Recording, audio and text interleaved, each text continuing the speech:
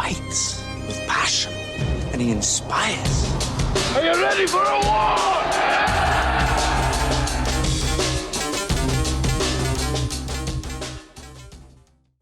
All right, welcome back to From 8 Arbitration. Got a special edition today. I'm going to have Mr. Tyler Vasseur and Miss Margo O'Neill from Build A Fighting NALC. Going to talk to them a little bit today, so that's going to be my episode. Tuesday, I'm going to have Paul Bolanger on. Now, y'all know he's going to be the one tasked with being the new Director of Education. He'll be the busiest man in the NALC when we take over. James Henry has made it a priority to educate this country. That's what's going to happen. It's a priority of mine. And so I'll be talking to Paul Tuesday. He was going to be on today as well, but he lost his voice. And so I'll have him on Tuesday. He's going to tell you everything that's going to happen once he takes over. Education, how are we going to do that? When I say you're going to educate the workroom floor, how is that going to happen? What does that look like? And Paul's going to tell you that, okay? Different things as far as educating. I talked about travelers, new stewards, making sure that people are sitting in front of them, educating them on every facet of the grievance procedure. Our union has failed us in these smaller stations, these smaller branches as far as educating. They can't make it to regional training because they can't afford it. They can't make it to these union meetings because they work too late. And so how do we get them educated? We have to go to them. We've got to. It's got to be a priority. We cannot say, well, if you want education, then you need to do what you need to do to be at these union meetings. Can't do that. Can't do that. We will come to them. And so we're going to be talking about Zoom meetings, education, dogs of war, not just for the toxic working environment, but for different things, route inspections, falsification of clock rings. So we're going to put a priority and emphasis on education and attacking the workroom floor like it's never been done before. It's a priority of James, like I said, a priority of mine. We will address the toxic working environment on the workroom floor. It will be addressed. And so, yeah, look forward to that. That's Tuesday. Paul has no voice, and so can't do it today. But Tyler Vasseur and Miss Margo O'Neill today, you're going to enjoy that. Here's why. Agree with striking, don't agree with striking, have a position one way or the other, a strong position. Everybody should be heard. Every voice should be heard. Every position should be heard, entertained. And that's the way I feel. And that's the way I'll be as executive vice president. I think everybody should have a seat at the table. Everybody.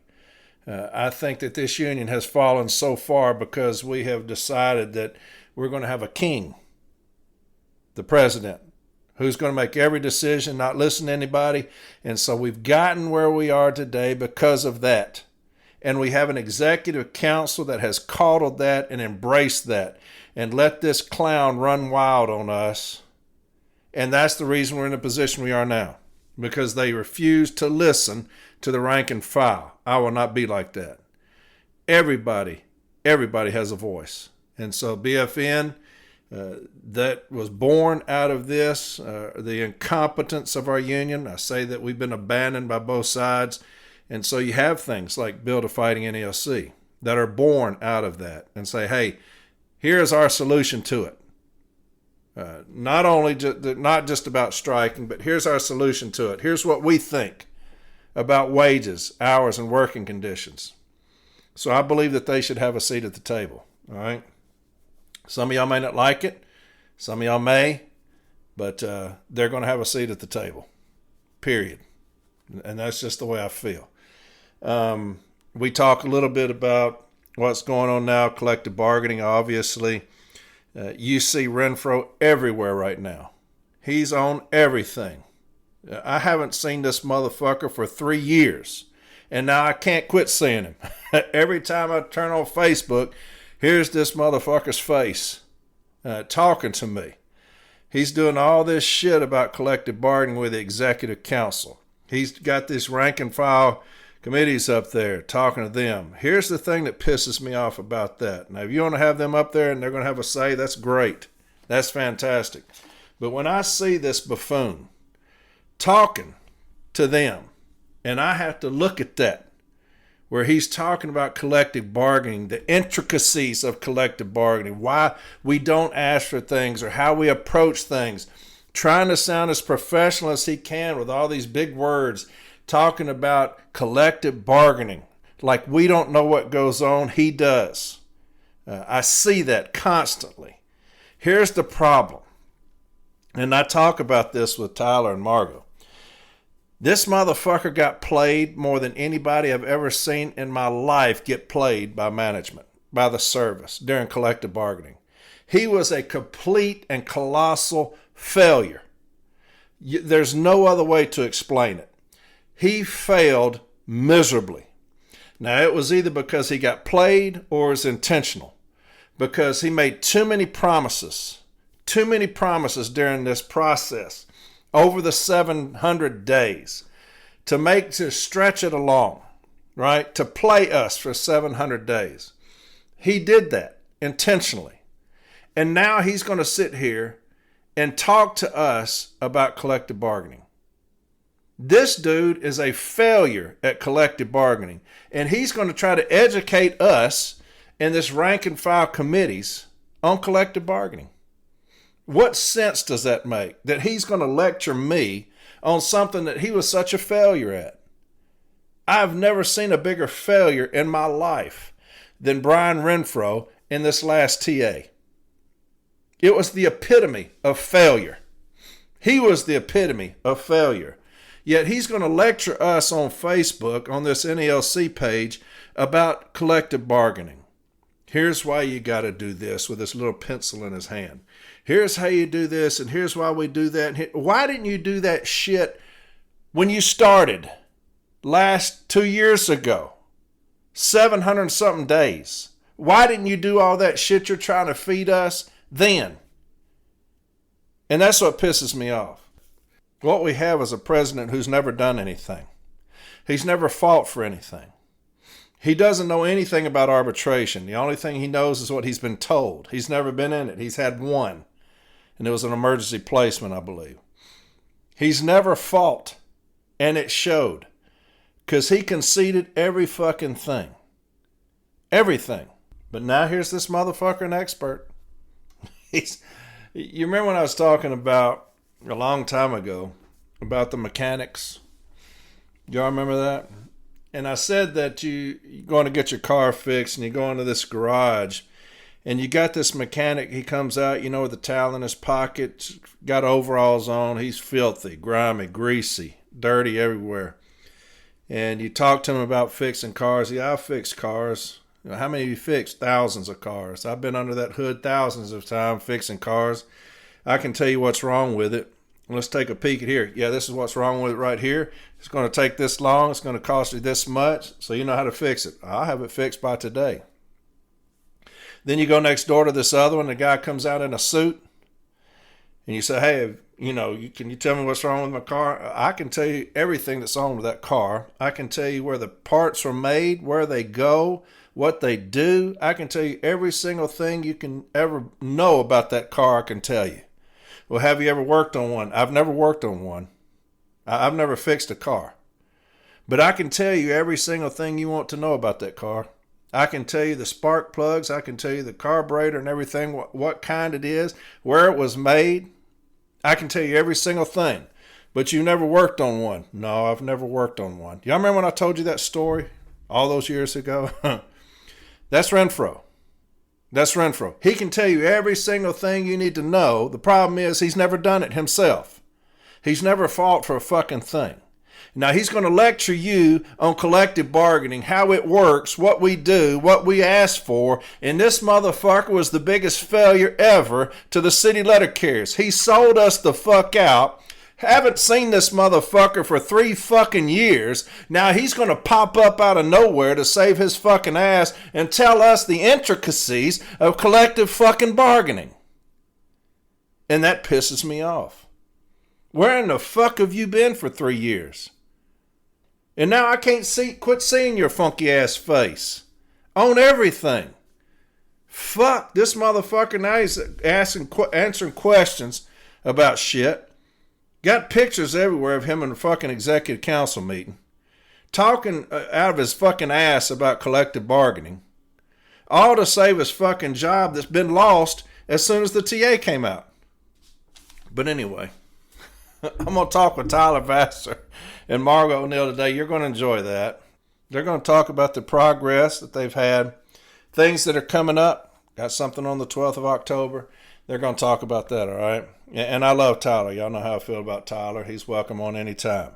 And like I said, they'll always have a seat at my table. And so Tuesday, Paul Belanger, the Director of Education. He's going to take over when we take over. And can't wait for you to listen to him, the things he's got planned. Got a lot of stuff. He's going to do a lot about route inspection. Coming up, he's going to take over the Lion's Den, like I said. He's going to take over that, and he's going to start educating, having people on there, guests on there. But that's going to be his baby. I'm going to stay on from 8 arbitration. Paul's going to take over the Lion's Den. He'll have different members of the CLC come on and talk to y'all. But he's going to do 6-day count, how to grieve them, okay? And then he's going to talk about the JSOV, something that's going to be very important for us coming up when we take over. A lot of people reached out this week, and this is the reason why he's going to cover the 6-day count. We've been covering it like crazy. I know John Murphy's been covering it like crazy. A lot of people have been doing some educational 6-day counts. You cannot get enough of 6-day count training because it's on us. I did hear somebody reached out to me and said he does not believe they're going to have a joint process at the beginning of the year. I had a reliable source said that they thought they would. So that's up in there. I don't know. So we will get prepared on 6-day count, okay? I've been doing that all summer. I'll keep doing that on From 8 arbitration as well as other hot topics. Paul's going to be covering 6-day count on Lion's Den. Education, all right? Had a few people reach out this week talking about they've started their 6-day counts. The crazy shit management's already doing is unbelievable. Had one person message me and say, hey, they put every one of us on street waiting time once we reached 22 minutes of load time. I swear to God. Once they reached 22 minutes of load time, they just started putting them on street waiting. Now, where'd they get 22 minutes from? Your president. Your president did that. Had another one said that they had, this is a good story though, said that they had put all the carriers on line 23, told them to get on line 23 when they were traying out their spurs. Case your spurs, any spurs that you couldn't case when you're lining them up like they'd been doing, get on line 23 when you do that. Well, you line 23, I lose all that time. So time that I'm working, they're saying put it on 23. So this individual called me. They got 4 routes. And this is why I love this story. They got 4 routes in this little station. He says, hey, we listen to you all the time. We knew that that was wrong. He messaged me. I said, hey, give me a call. So he called me. He said, they told us to get on line 23. I said, here's what you're going to do. Put in a request for information. Put in a request for information for that individual's training, all right, and the directive. And who that came from, okay? I said, as soon as you put in this request for information, they're going to rescind that because they know they've been caught. What they want to do is they want to get into these smaller stations, and they're going to probe and prod. What can we do? Because they're going to steal every fucking thing. That's all they know how to do is fucking steal. There's not an honest one amongst them. And so what they're going to do is they're going to go into these smaller stations where our brothers and sisters may not know, and they're going to steal our fucking ass off, all right? And so that's what they're trying to do. So he said, I'm going to call my president. I said, call your president, but put that information request in. Have your shop steward. They didn't have a shop steward in the station. They had another shop steward who's a very aggressive steward. He said, now this steward kicks ass. I said, well, let him know. And he can put this information request in for the training, the directive, and have that notated, all right, for when we file this grievance. He said, I called my president, called me back and said, call my president. He said, I told my president what this person said. It was the person that was over the route inspection. And my president, this is why I love this story. My president said, hang on just a second, kept me on speaker. The president calls the individual in district that's over the route inspection process. And he said, hey, You've got this station out here. Y'all doing 6-day count. Yeah. Had a dry run. The person that's over the 6-day count for the dry run told my carriers that they will be on line 23 when they're casing out their spurs. The person that was over district said, hang on just a second. Called the individual, said, hey, we've been told that you're out there telling carriers to be on line 23 when they're traying out spurs. Oh, no. I never said that. So the motherfucker just lied. And so the individual from district said, all right. He said, well, that's fine. Just rescind that then. Well, I never said it. Okay. So the president immediately took care of it, right? That's how it's supposed to work.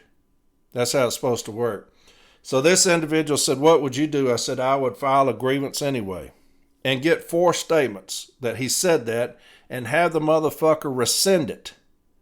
And so that's what they're going to do. But that's what we're dealing with. Had another one say that when they started their 6-day count, this is what was said. This is what was said when they came in to tell them. So they came in and told us that during the 6-day count, we're going to have an hour office time, 22-minute load time, and 5 minutes PM office time. This is what's being said to these stations. Unbelievable, man. Unbelievable what they will do. The lengths that they will go to lie. Here's another one. Send me this. Good morning. Our supervisor is telling us to move to street function when fixing our purple packs, newspapers with flyers. Is that right? So anything that you've done in the office, anything that you do in the office, anytime you're working, you should be on a line other than 23. We're going to get credit for that, but they will steal from you. Management will steal from you. There's some saying that management was saying that carriers are taking too long at their boxes and putting them on street waiting. I have no street standard. As long as I'm doing something, I'm going to be given credit for it. But that's what we're in for, okay? That's what we're in for on 6-day counts. The good thing is we can grieve them, right? We can grieve them. And so we're just going to keep educating on 6-day counts. And Paul will do that. I'll do that. Like I said, John Murphy did a fantastic thing on 6-day counts. Others are doing things on 6-day counts. And so we'll just keep doing that because we're fighting management right now. They're trying to steal, and we're the only motherfuckers that's trying to do something that's honest. We're just trying to fucking work. And, they'll steal from us. But we'll just keep educating. We'll keep educating, all right? So here you go. Here's Tyler and Miss Margo. And they're going to give you some updates on the BFN, Build A Fighting NALC. I will see y'all Tuesday with Paul Bolanger as long as his voice comes back. He said that he has no voice today. So I said, we'll just postpone it till Tuesday. And so you're going to listen to him. You're going to hear from him. He's going to be the new director of education. Like I said, I think you'll be pleased with what he's got in store for the workroom floor. All right. I love you, Light Blue, with all my heart. I do. I can't wait to take over. I can't wait to get this thing turned around, get fighters back in positions of fighting, and get rid of these motherfuckers that ain't worth shit like your president. I'm getting sick of seeing his funky ass face already. Hadn't seen him for 3 fucking years, and now here he's going to climb out from under the rock he was under and try to educate us on collective bargaining after he was the most colossal failure in my lifetime during collective bargaining. But he's going to educate y'all. He's going to tell y'all how it works. He's going to look real official out there, telling y'all everything, how you ask for things in collective bargaining. What you ask for, what you don't ask, how you approach it. I'm thinking, motherfucker, you got took advantage of more than anybody I've ever seen. You fucking lied to us more than anybody I've ever seen. It wasn't that the Postal Service took advantage of him, okay? It wasn't that. It was that he took advantage of us, and that's unforgivable. It was not that the Postal Service took advantage of him, which they did. They clowned him. They played him. The problem was he took advantage of us when he told us things that we were expecting. We were hoping and praying that he was being truthful, that those things were going to come to fruition. We were hoping and praying that our president was not lying to us like he always had, and motherfucker did. The motherfucker did. And so, like I said, it wasn't that they took advantage of him. It was that he took advantage of us. And that's unforgivable. That's unforgivable. All right. And we'll vote this motherfucker out next year. I mean, he's gone. And whoever else runs with him, we'll vote them sorry motherfuckers out too. Okay. We're going to get people in place that are fighters. That will not concede every fucking thing that they do. All right. Hell, I'll keep going on. I can go on for another hour.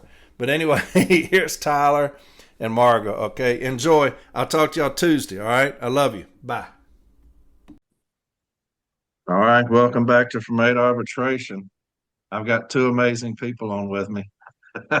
Y'all heard Tyler Vasseur. We've been going back and forth a long time. Tyler, I'm a huge fan of his. Y'all know how I feel about Tyler and his the movement that they've started, the BFN, and I think that it's critical that we have things like this, the checks and balances. And I said all along that the rank and file has stood up, and they're tired of how our union is headed. And part of that is this movement that Tyler's gonna. Well, we talked about before. He's got Miss Margo O'Neill with him, and they're both going to share something with you, and then we'll just kind of talk a little bit. But Tyler, how are you, my brother?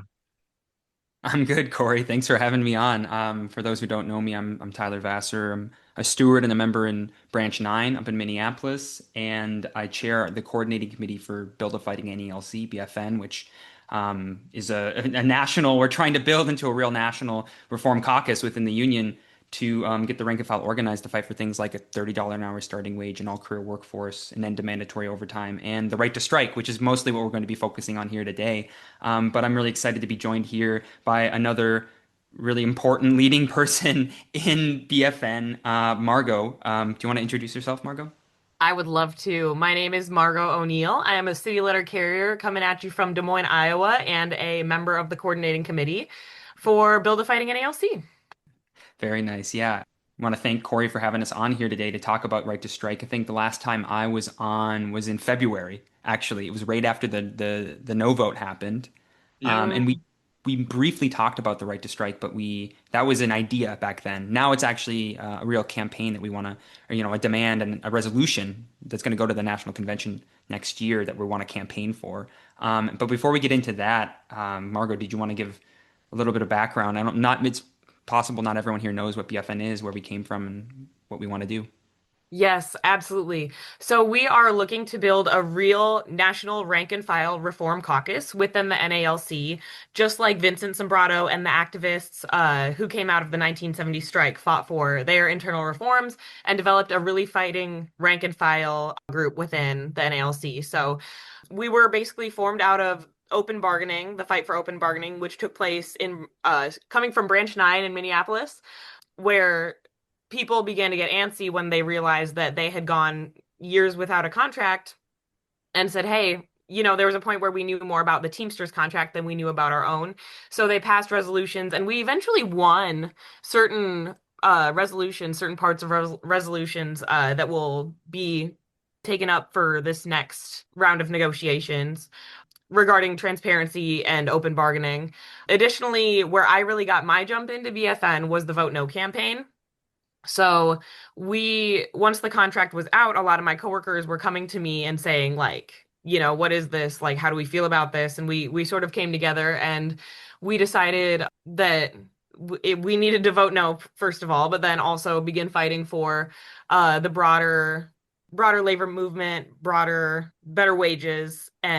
But now we're kind of at the stage where we want to turn this into a real national movement. We have taken steps towards that. So we have been building chapters across the country, from Boston to Florida to LA to Des Moines and Minneapolis to Texas.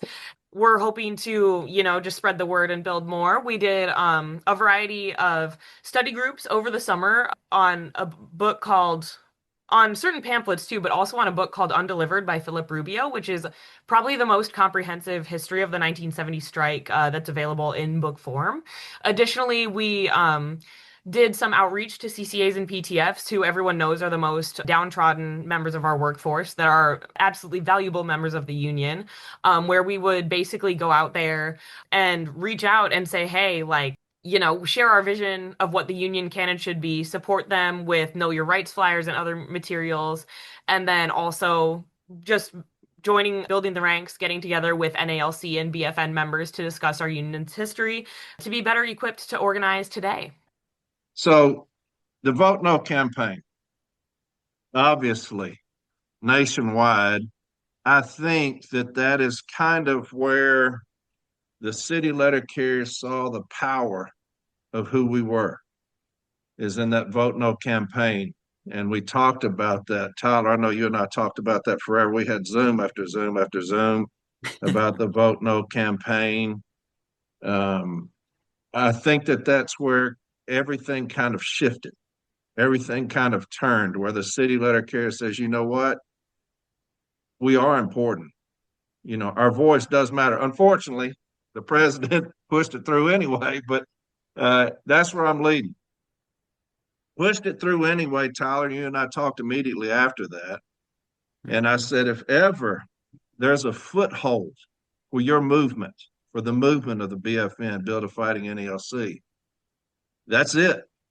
Because it shows the country, it shows Light Blue, the city letter carrier, that we have to have every option on the table.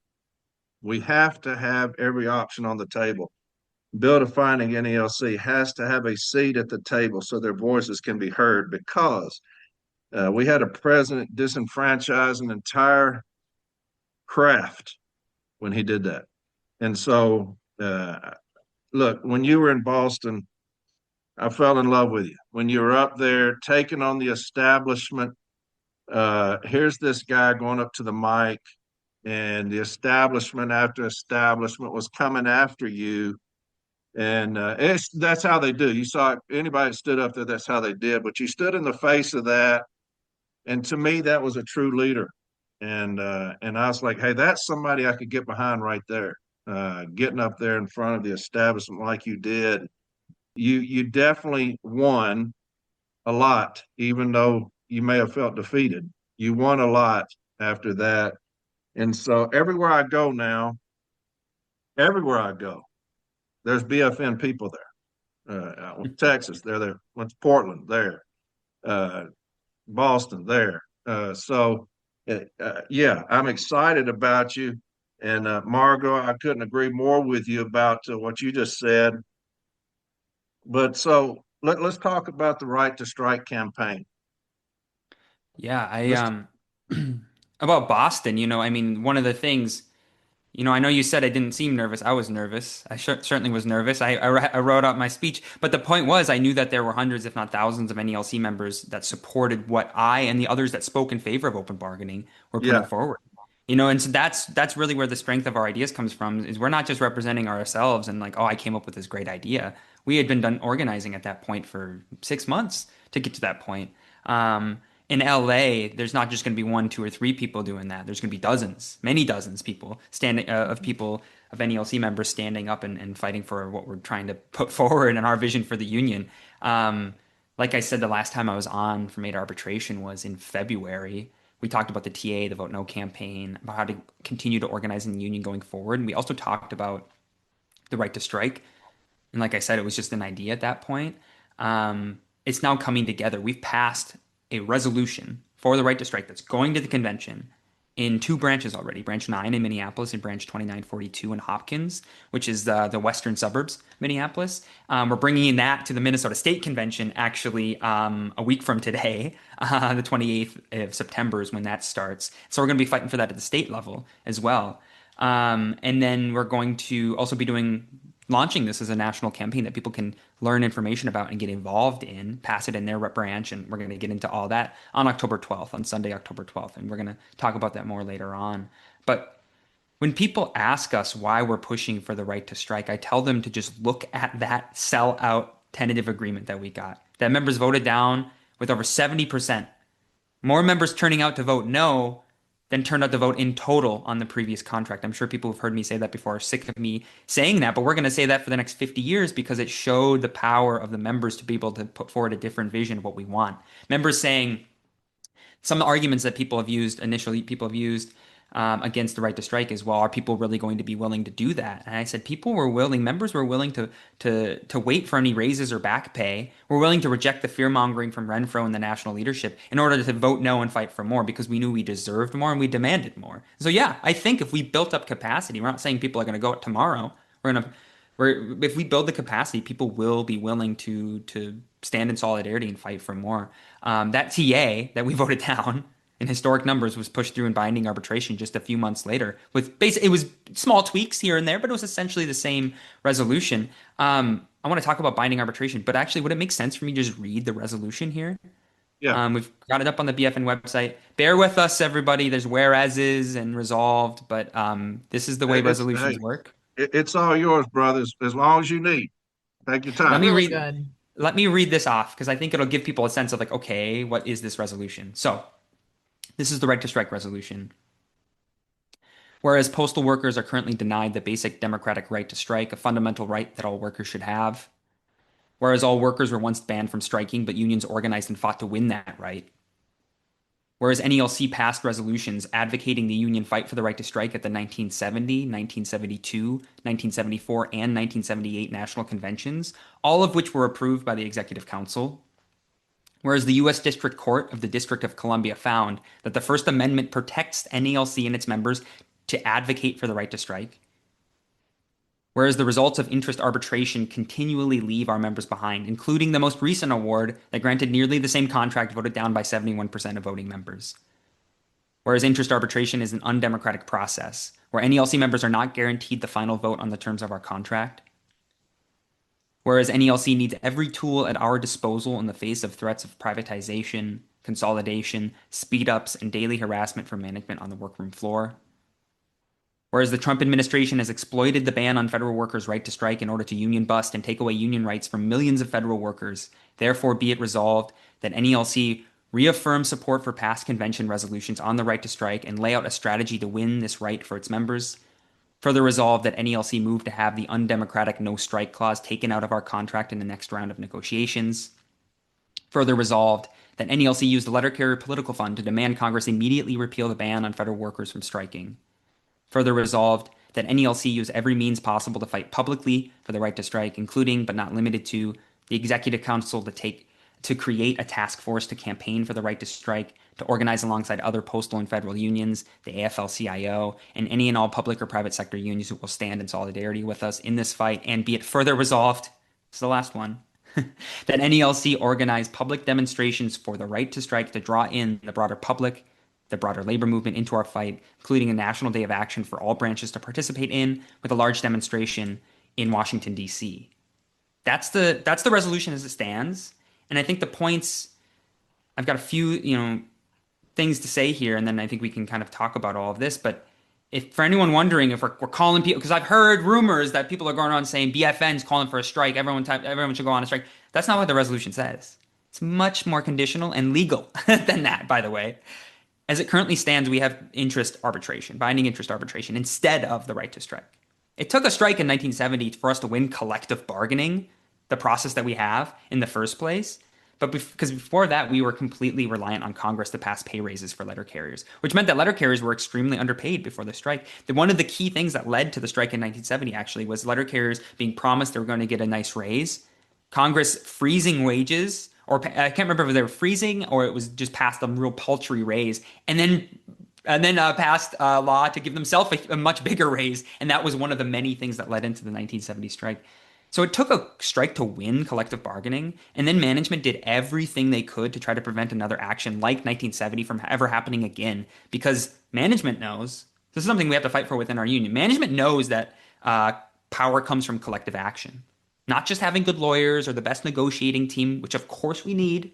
Not saying we shouldn't have those things. Of course we need those things. But what is the basis of the power of the union? To me, it's the members, the ones who do the work every day, without whom USPS would not function, the members whose dues make NELC run, the members who step up every day to fight for themselves and their coworkers on the shop floor, the members who attend meetings and are fighting and doing everything they can to get others active, which is what we're trying to do in BFN. We're trying to build up the union.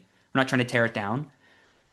Interest arbitration is an undemocratic process. It takes power out of the hands of the membership, puts it in the hands of essentially one person. Even the best person in the world can fail under pressure. But when you have a president who, doesn't actually, I think, know how to fight, that is an even worse position. And it also puts us at the whims of an unelected arbitration panel. We didn't vote for these arbitrators. I don't know how they feel about these things. So it's, to me, to BFN, binding arbitration, interest arbitration is an undemocratic process because it denies members the right to vote on our contract. We think that NALC members should always have the final vote on the terms of our contract. It's a very basic democratic idea. And I've got a lot more to say about that, but I've been talking for a while, and I wonder if either of you will have anything to add to this point in Look, particular before I continue. here's the checks and balances of it all. All right. You're talking about the right to strike. And people say, well, we have things in place, these checks and balances that hold my union accountable. You see, our president refuses to fight. He doesn't know how to fight, which is true. It shows that every time he speaks. But here's the checks and balances of it all. We have a constitution. That's the checks and balances, right? But what happens if you have an executive council and a president who refuse to abide by the Constitution or follow the Constitution? That's one of our checks and balances as the rank and file is light blue, is the Constitution. We have seen firsthand the president, the executive vice president intentionally refuse to abide by the Constitution. So there goes that one. You've got the executive council. That's checks and balances. Those are the ones who are supposed to hold the president in account for what he does. What happens when the executive council is just as corrupt as our president is? You're seeing that in real time. They're just as corrupt as he is. So two of the things that we have that are checks and balances are out the window. And we've seen that happen. You've got interest arbitration. That's a checks and balance, right? Because that's where we go forward. And what good is interest arbitration if you have a president who refuses to take our interest forward? We had the TA vote, and that's where the carriers looked at this TA. We talked about it. Tyler, how many hours did you and I speak about this on this Zoom meeting? Like I said, on Zoom meetings, hundreds of hours going from here to there saying, hey, this TA does not meet our interests. Mm-hmm. And so we left it in the hands of our president, who then basically shit on us. And so we have interest arbitration. We have a president who refused to take our interests forward.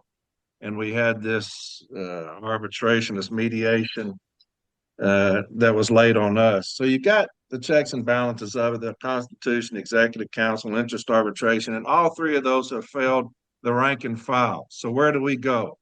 And so I think that you are in a perfect spot to say, hey, look here, here's an option. Here's an option for light blue.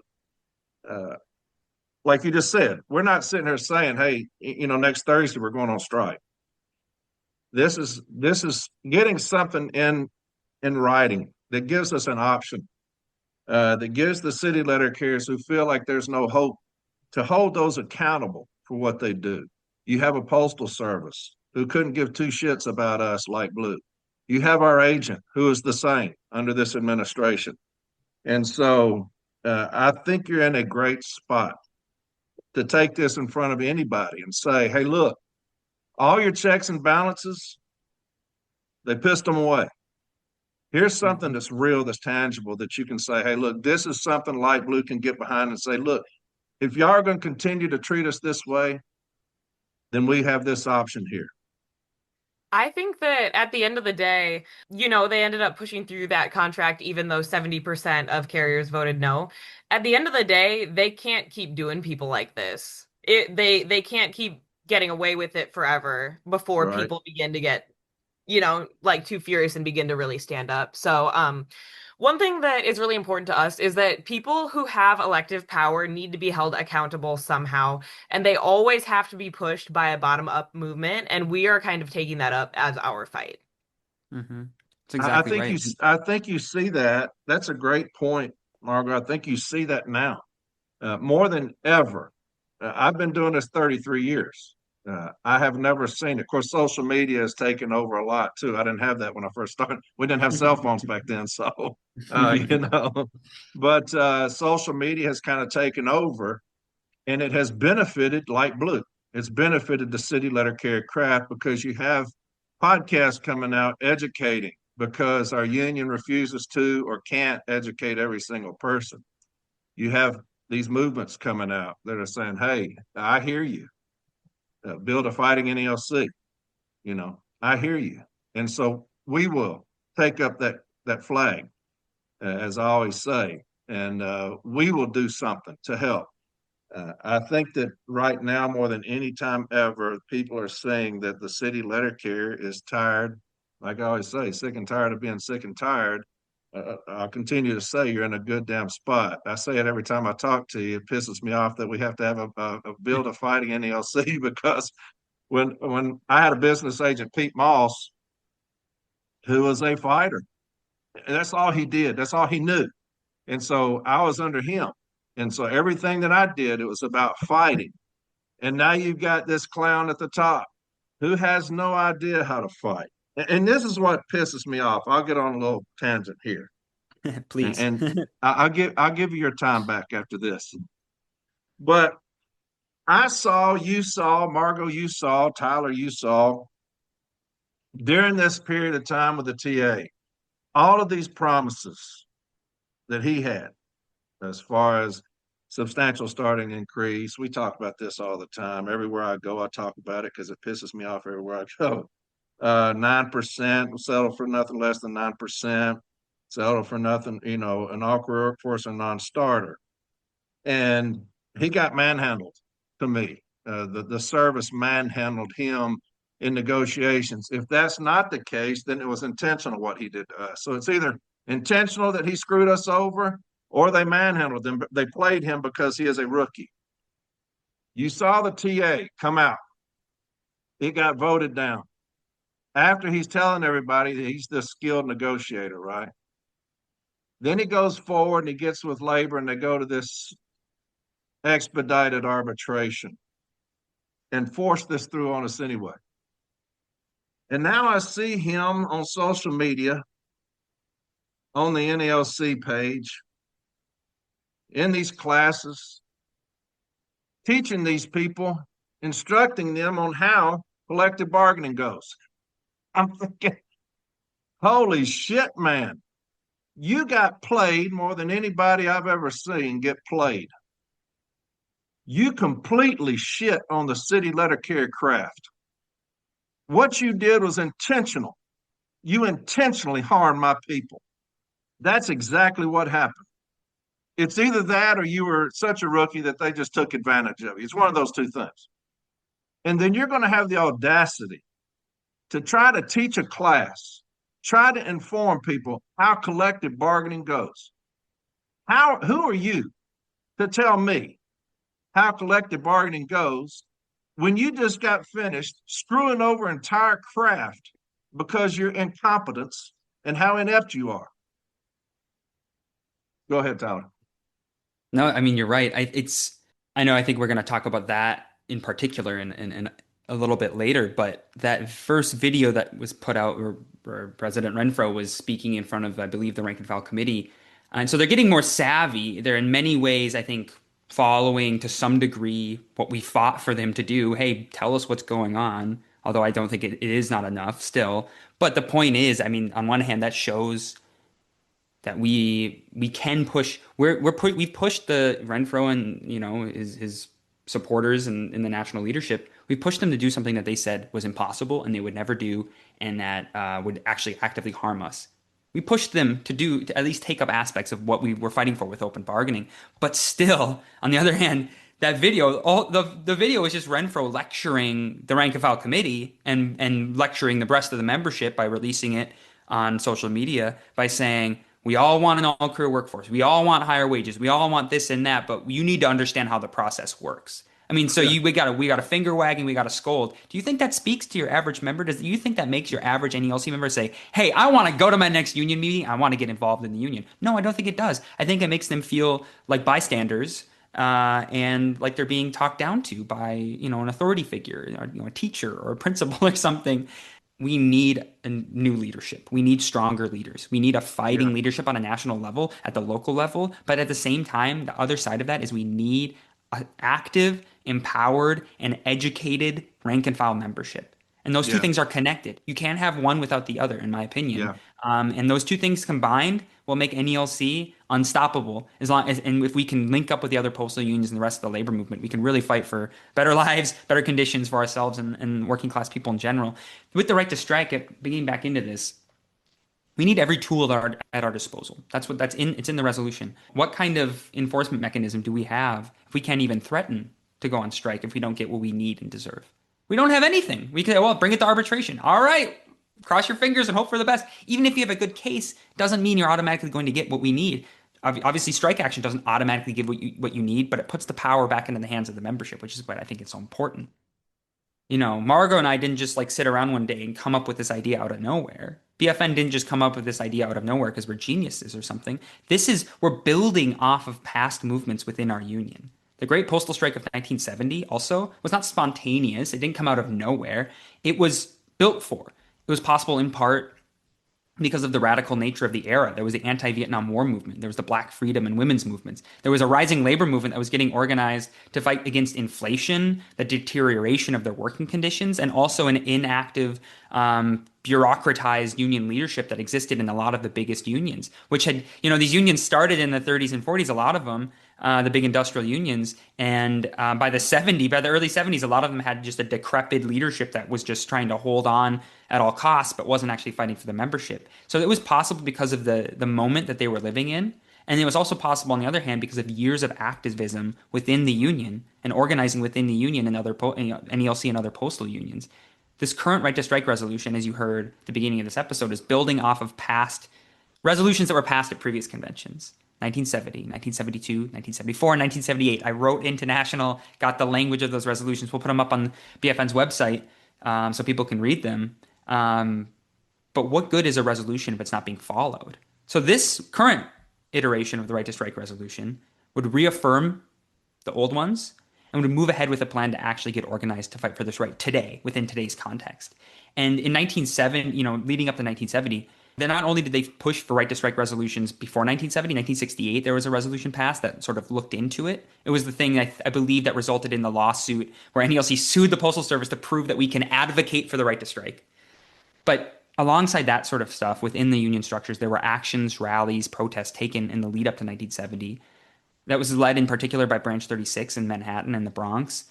They did yearly pay raise rallies in New York City with hundreds, if not thousands, of members out in front of the big post offices. There was rank and file organizing within and outside of union structures, people getting together like we do with BFN, where we get organized, a half dozen, a dozen people meet in someone's living room or at a coffee shop and discuss what do we want to push for in the union and how are we going to do that. There were collective actions like going in uniform as a group to the welfare office to show not only apply for food stamps or welfare, but also to take a group photo and show how criminally underpaid postal workers were at that time. Actions like there was also a campaign to defend workers who engaged in a sick out at a station in the Bronx. I'm not advocating sick outs today.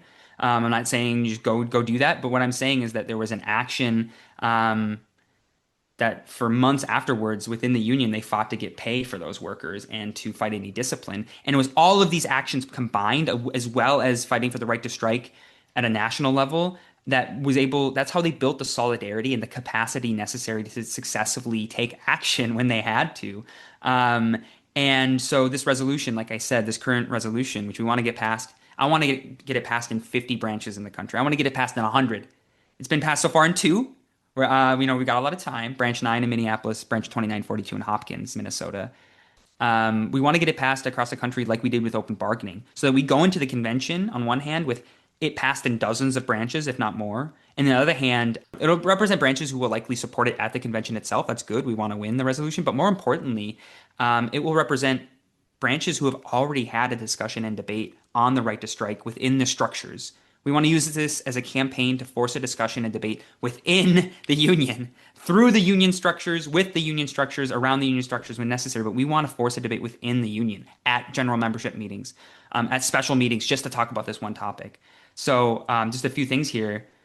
to end this point is, do I think, does BFN think that Congress will repeal the ban on federal workers from being able to strike just because we ask them to?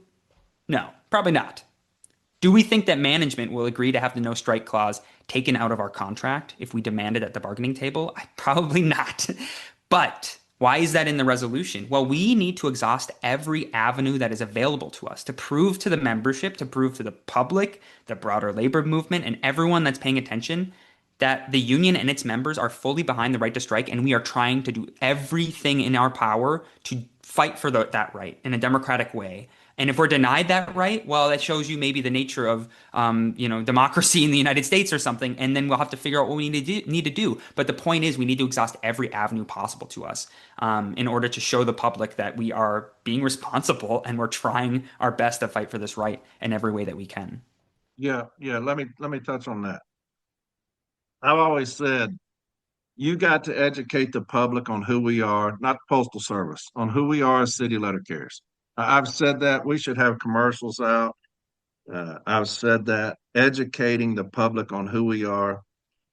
I think that our union does a great disservice to us by not doing that. We've got all kind of money. We could put a commercial on anywhere.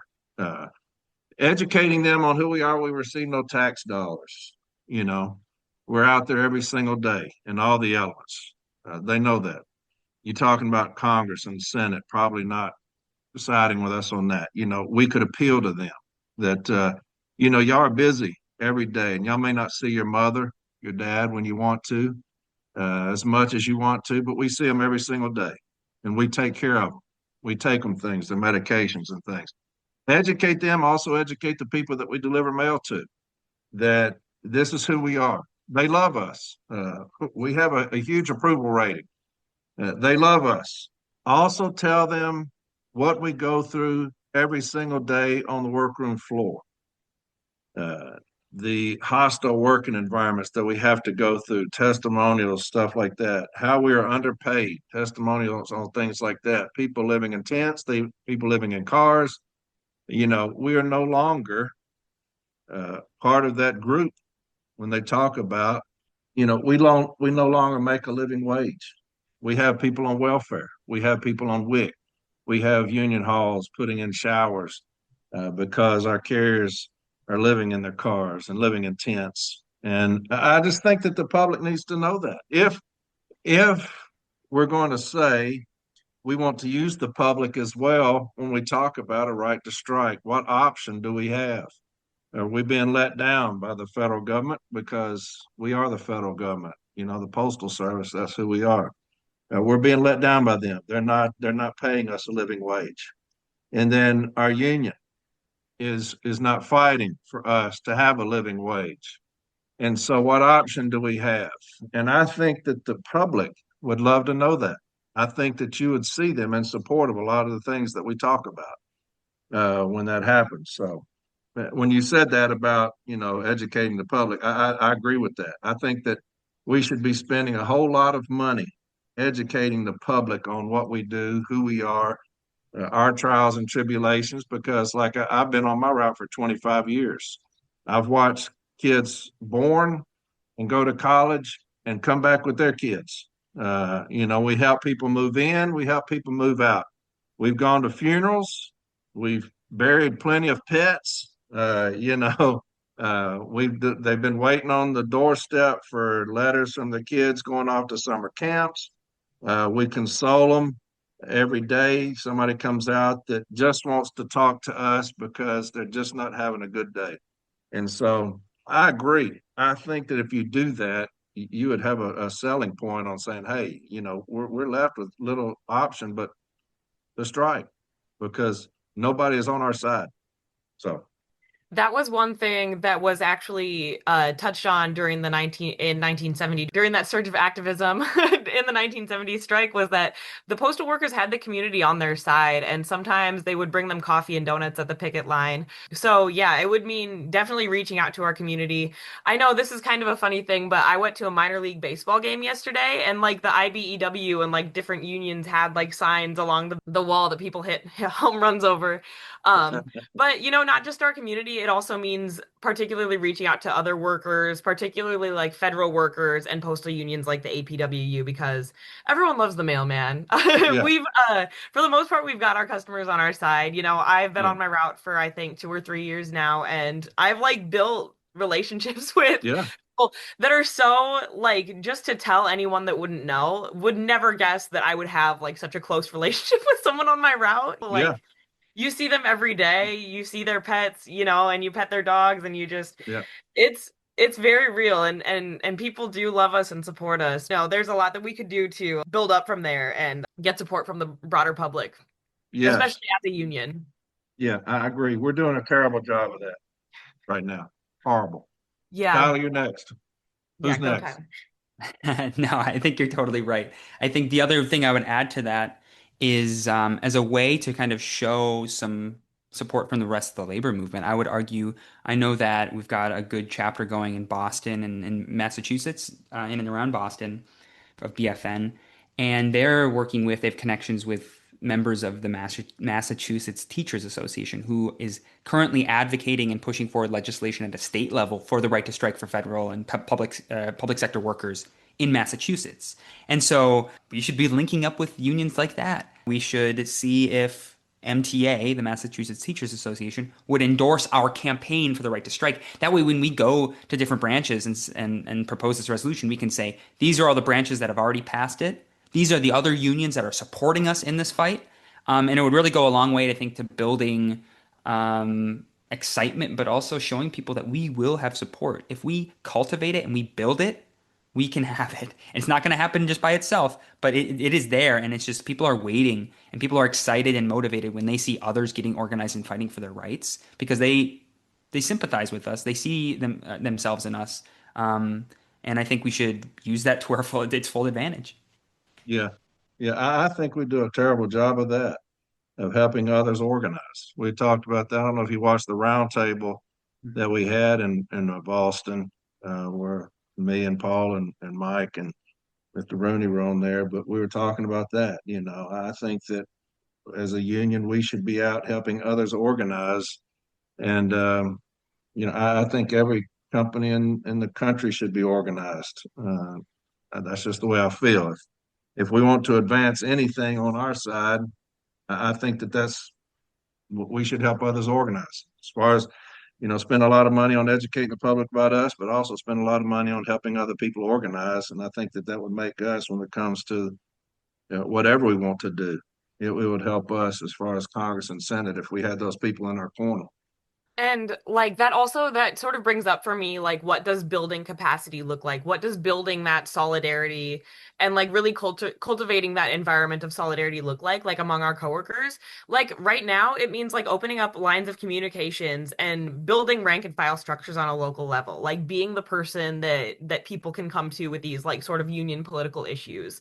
Right now, we're definitely in that stage of pushing the discussion forward and beginning to build the structures that could potentially help us later. Um, so yeah, so there's like those three sectors, building support from the community, building support from other unions, and then building support from within our unions are kind of three of the primary communities that we ought to think about building. No, absolutely. I think something else that we're talking, that we've heard is, I've heard rumors that there's people going around saying, "Oh, BFN's calling for people to go on strike tomorrow." That's not what this is. We're trying to build the capacity to be able to take that sort of action if and when it's necessary, and if and when we have that right. As Margo was just talking about, there's a lot that goes into it. Another thing is like I know the letter carrier political fund used to be a strike fund. Mhm. I think we should have a strike fund again. We should look into it to see if it's legal to set one up before we have everything in place. But I'm not saying get rid of the lick piff. I'm saying we should have both. That is another thing. Like I would give money from every paycheck voluntarily. I would put it in the strike fund because I know that it would help me and help other members in the future. Yeah. I think when you say, I say, y'all should have a seat at the table. Well, last time I saw you, when I was up your way talking, I said, y'all deserve a seat at the table. I do. That's one of the things that obviously will be discussed because I think James was talking about it, like in this last, obviously you can't go 700 days like this clown did, like Renfro did. You can't do that. But say that our contract expires and 700 days we're without pay. What are you going to do? That's one of the things when you have a seat at the table, those things will be discussed. Here's how we will handle that thing, because you're not paying us a living wage. It's very, very difficult for us to save, especially those that are just starting out. CCAs can't save anything. They don't make anything. They're broke, because they were promised all these things, this substantial starting wage, and they got less than $1. They can't save money. They've got bills. Even those that haven't been here too damn long can't save a whole lot of money. So you tell them that they're going to miss a couple of paychecks because they're on a picket line. What's the selling point of we need to strike? Those are things that when you say you deserve a seat at the table, you can sit down and say, here's exactly how we're going to handle those things. Here's the blueprint. Because other people strike. They have survived. It's a huge advantage for you, especially somebody like us, because who's going to do it? Who's going to do what we do? Management, labor, are they going to truckers? They going to come in and start delivering the mail?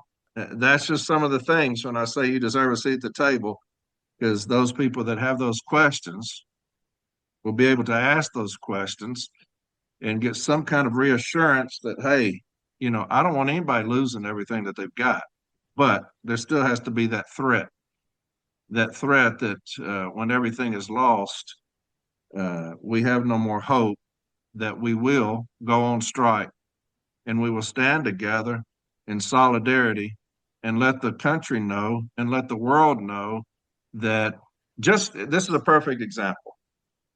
Here's the perfect example.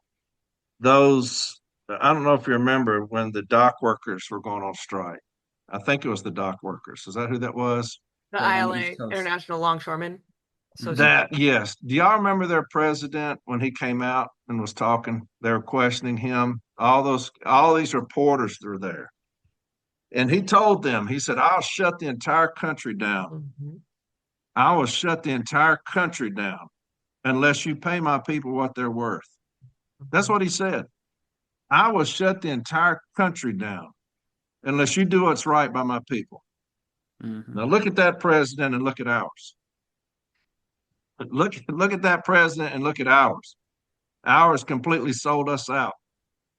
Here's theirs saying, I'll shut the country down today and not think a thing about it. We will go on strike and we won't come back. And see if y'all can come to the table with some kind of something that will help my people out. And you got your president, a complete sellout. Couldn't even get my CCAs $1. And so when you talk about he doesn't know how to fight, it's not in him. He would never get up and say, I'd shut the country down. But you have to have that in your arsenal. You have to have that in your arsenal, to me. And so I've always said that y'all need a seat at the table. Yeah, there has to be a seat for that conversation, because, like I said, our checks and balances are no good. Our Constitution is nothing because you have a president and executive council who refuse to go by it. Our executive council is worthless because they've let this president go on and on and on, trampling us, and they would rather protect him than light blue. Interest arbitration is worthless because that's one of the things that people say, well, everybody would love interest arbitration. Really? Look at what happened to us. We have interest arbitration, and it wasn't shit because our president refused to take our interest forward to arbitration. Yeah, I'll always say, if I am fortunate enough to get in there, the BFN has to have a seat at this table. Those discussions have to happen because when all else is lost, like you just said, Tyler, when everything else is bleak, we have to have an option. What's the nuclear option? We're going on strike and we're going to stand together in unity, kind of like you see what's going on right now in the country with us as far as the light blue. But Mhm.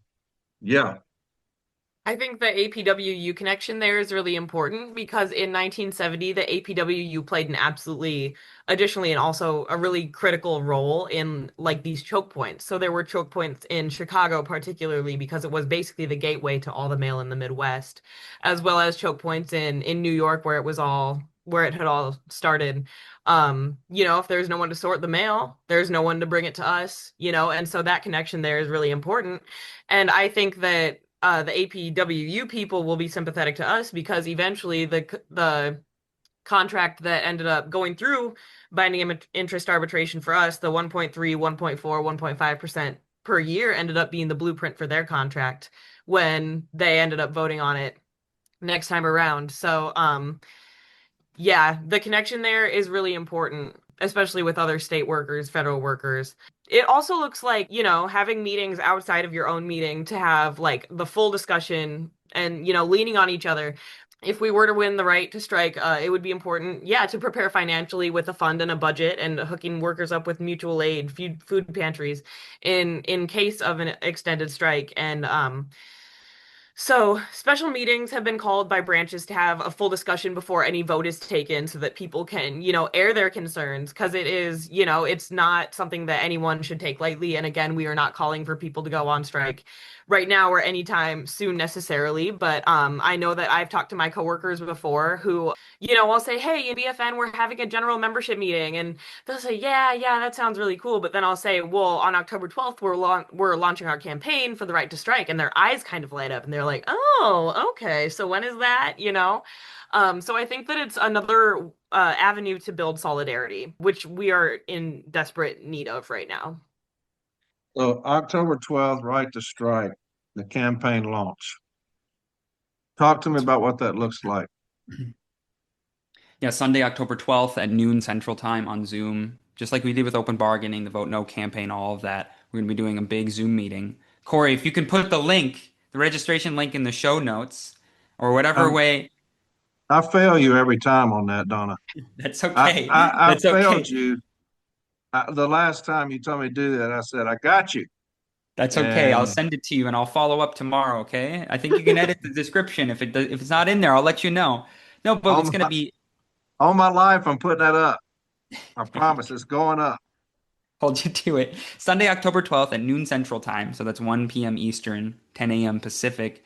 We're going to have speakers from across the reform movement within BFN. We're hoping to have speakers from CLC, maybe CAREF, others to discuss and talk about the right to strike and basically everything we talked about here today, but in a condensed form to launch it, get people excited, and give them tools to be able to go forward with this. What is the right to strike resolution? How can we use this process not just to get it passed? Getting it passed at a low attended meeting, I'm not going to tell you not to do that, but we want to get people to pack that meeting, get people in there, give that people that experience of what it looks like to fight for this thing and have that discussion. So, how can we use this process to have that real discussion and debate within the NELC about the way forward? And how is this sort of thing, how is the right to strike, in my opinion, connected to these broader ideas of fighting for $30 an hour all career workforce in this broader program? How is it connected to building momentum and organization that will be necessary to fight for a new direction in the union itself, for a new leadership, and to get the membership activated and organized? And so, Corey, if you'd be willing to speak at that meeting on the 12th, you don't got to come out. I know CLC, there's talked to people in CLC who support the right to strike. I've talked to others who hate it. I know that there's a debate and discussion that needs to happen internally before there's any official position. But if you could speak at that meeting, I know we'd love to have you. And separate from that, even if there's not an official position from CLC before October 12th, you should still speak, or someone else from CLC should still speak.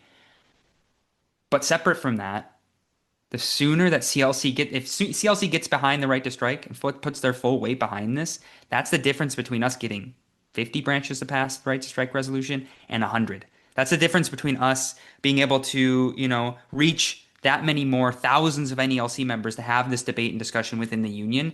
And to me, I think Renfro and his team are looking for any way to try to outflank us. This is one demand I don't think they're going to want to touch. And if we can use this as a demand to really bring the rest of the program, what we're fighting for together, it will go a long way in helping to activate and organize a lot of rank and file members. But regardless, that's a longer term thing. I would love to see CLC get behind this. But in the short term, if you or someone else from CLC could speak at our launch on October 12th, that'd be great. And all What NELC time members is are it? welcome. What It's going to be time at is it? noon Central. Noon I know, I put Central. you on the spot. No, you're fine, brother. Uh, Puerto Rico. We'll be in Puerto Rico the 12th through the 14th, Oh, wow. but I don't know when. I give you my word. If I'm not in an airplane, I'll be on there. I appreciate it. I appreciate it. Or get Awesome. someone else from the CLC as well would be great. Well, we're all going, so Oh, sure. it's a CLC thing in Puerto Rico. But if I'm not in a plane at noon, I'll be on it. Promise you that.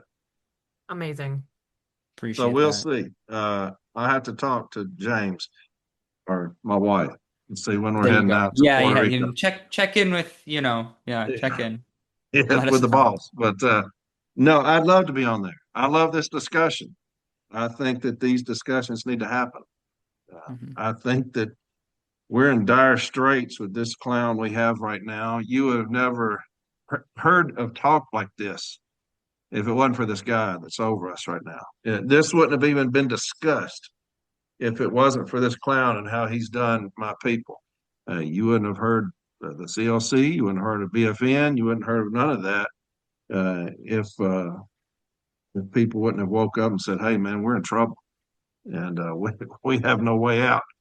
And so, yeah, I love the idea of talking with y'all and like I said, sitting down with y'all and hammering something out because I think it's a discussion that needs to happen.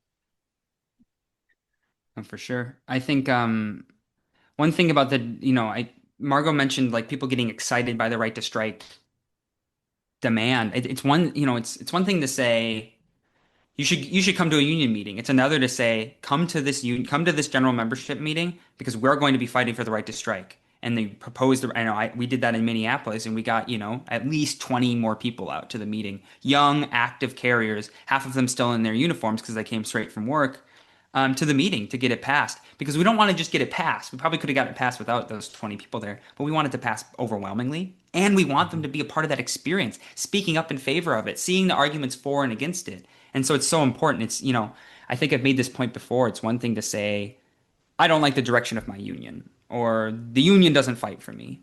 But it's another thing, and it's more important, in my opinion, to say, I don't like the direction of our union. This is our vision for what we think the union can be. This is how we want to get organized to get there. And to me, demands are key to that. How are we getting collectively organized to fight for these things, to fight for this Yeah, change? It's not enough just to say you don't like something. You have to say, what do you think should happen instead? And get together with like minded people and fight for that. To me, that's what BFN's trying to do. That's what the right to strike demand is, connected to the broader things that we're trying to fight for. I think you've definitely hit a chord. You know, I look at myself and, I started a podcast to educate, and here I am running for executive vice president, because you can't say, God, we need to fight. We need to fight. Good luck to y'all. I can't do that. That's not in me to say, man, here's how y'all need to fight. I'm going to teach y'all how to fight, prepare y'all to fight. Now, good luck. I can't do that. It's not in me. It's not how I was raised. And so I can either put up or shut up when I talk about that person sitting in the stands watching those in the arena. I can't be that person. Just Mm-hmm. can't. So I think y'all hit a chord when you talk about the younger generation of carriers, those that have said, hey, y'all have let it get like this, older carriers, y'all, y'all let it get like this. And so, yeah, we have an option. And so I think that BFN has definitely hit a chord with that younger group and older people, but definitely that younger group. But I agree, Tyler. You can either put up or shut up, and y'all have decided to put up. And so um, you got all my respect, brother. Everything that y'all are doing, like I said, I'm behind you 100%. And noon, October 12th. I'm gonna be on the Zoom if I'm not I on a appreciate plane. it. So Appreciate what it. else you got for me? Well, one thing that I think could potentially make this really tangible for people is to connect all this talk about the right to strike, the right to strike campaign launch, all of that stuff to connect it to the contract campaign. We've already been through a contract kind of vote no campaign, including with the open bargaining thing. This is something that a lot of people already have a little bit of experience fighting for. And a lot of people are worried about their day-to-day lives as they are right now, right? So negotiations are starting. I believe I just got my postal record and it said that negotiations are pretty much underway. But as we kind of discussed earlier, people who have elected power need to be held accountable by a bottom-up movement. And so I've already had multiple of my coworkers come up to me and say, what's going on with this contract? Like, how, what are we gonna do? What are we gonna do to get what we need? And, Renfro is taking a different approach than they did last year. It's a bit more proactive. Uh, but we also know that it's a direct response to our fight for open bargaining and the failure of their contract last year. We do know that this is an election year, as Corey knows very well, and Renfro is kind of trying to save his career with a more acceptable contract. And I read on the first page of that postal record, it says that they're fighting for an all-career workforce, further improving pay for letter carriers at every step, defending and improving COLAs, defending the ban on contracting out our work, and defending layoff protections. But to us, this demonstrates a very defensive stance that has been the position of our union for too long.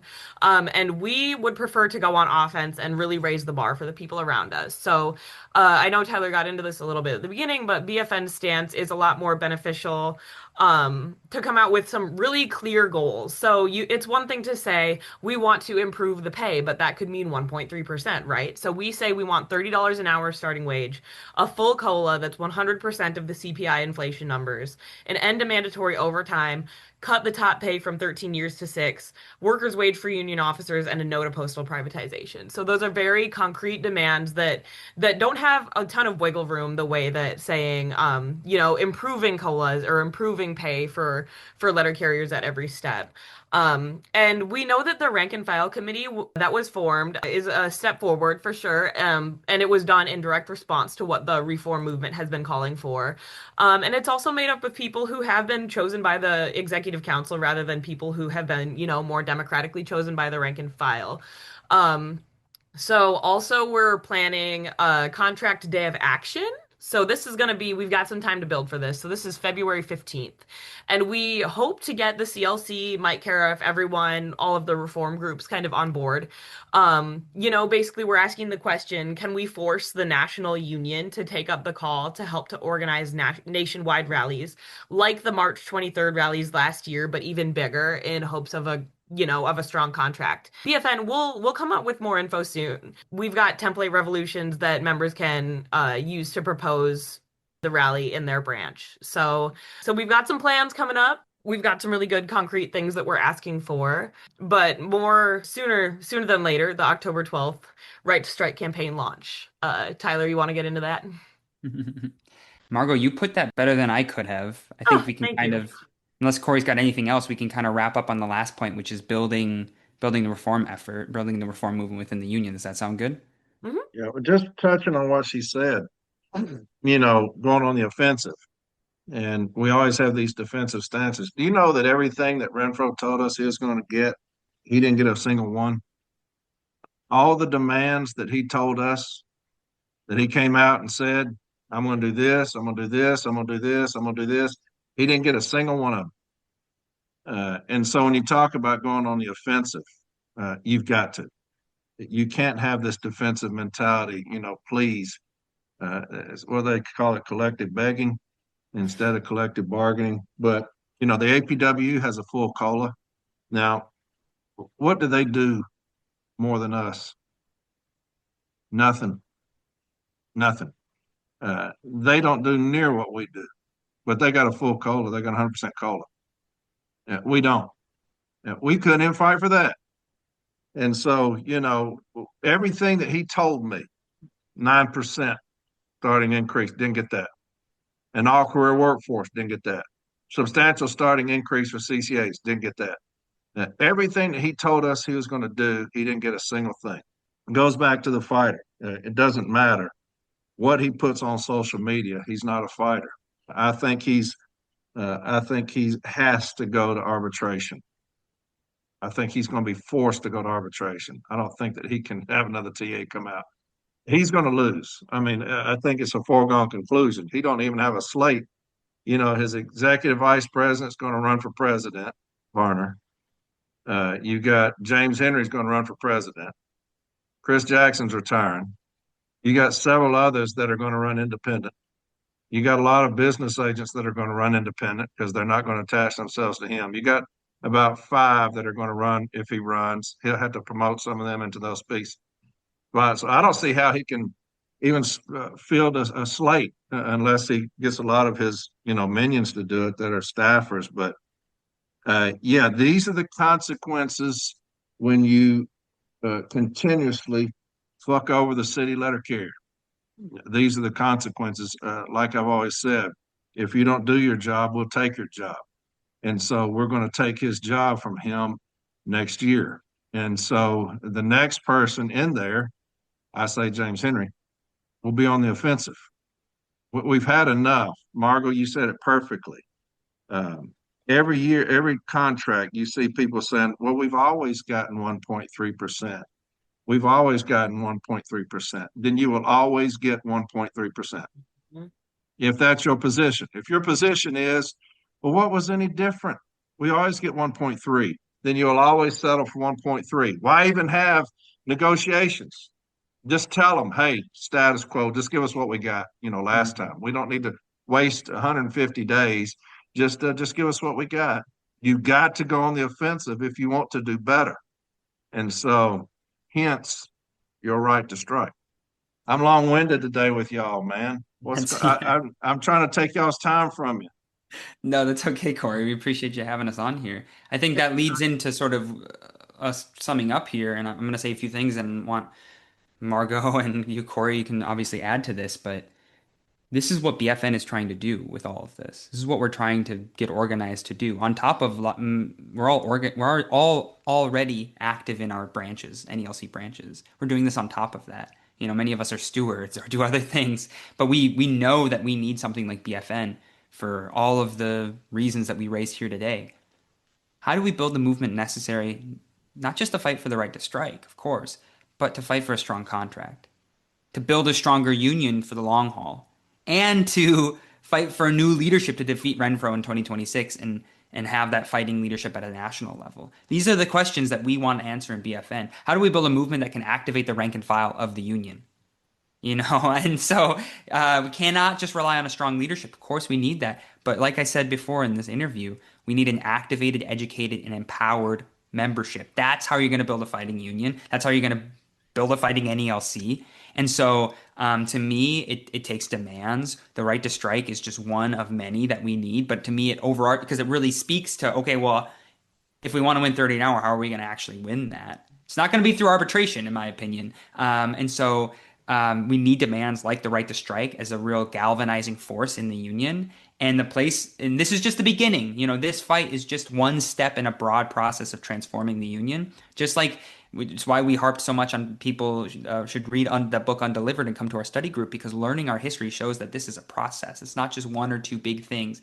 Open bargaining fight, vote no campaign, boom, we did it. No, it's going to be a long process. These were just steps in a long chain of what's going to be necessary to transform this union and bring it back to what it should be and become a real fighting force on the shop floor and in society as a whole. And so I really want to encourage people, come to the Sunday, October 12th, Right to Strike campaign launch on Zoom. Corey might be there if he's not in the plane. Margo will be there. I'll be there. And hopefully hundreds of other people from across the country who want to fight for this thing or want to listen in and see what it's all about. But you can go in the description for this episode. Corey's going to have the registration link in there. Register. Click the link and register so you get an email and be reminded about it. And otherwise, you can go to fightingnelc.com. It's right on our front page. I just updated our website today.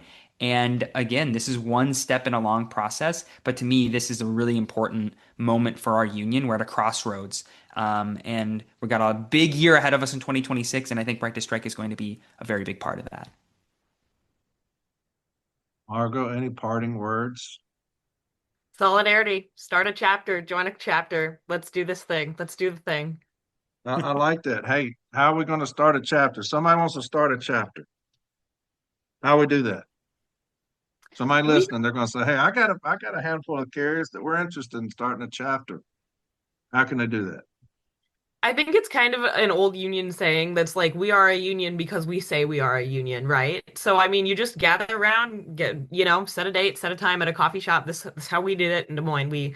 I think we had four people. Four, that's all it takes. Can you find one other person that, says, "Hey, we need to do something about this." Yeah, One other person to stand up. Can they find one person? Can you find another person?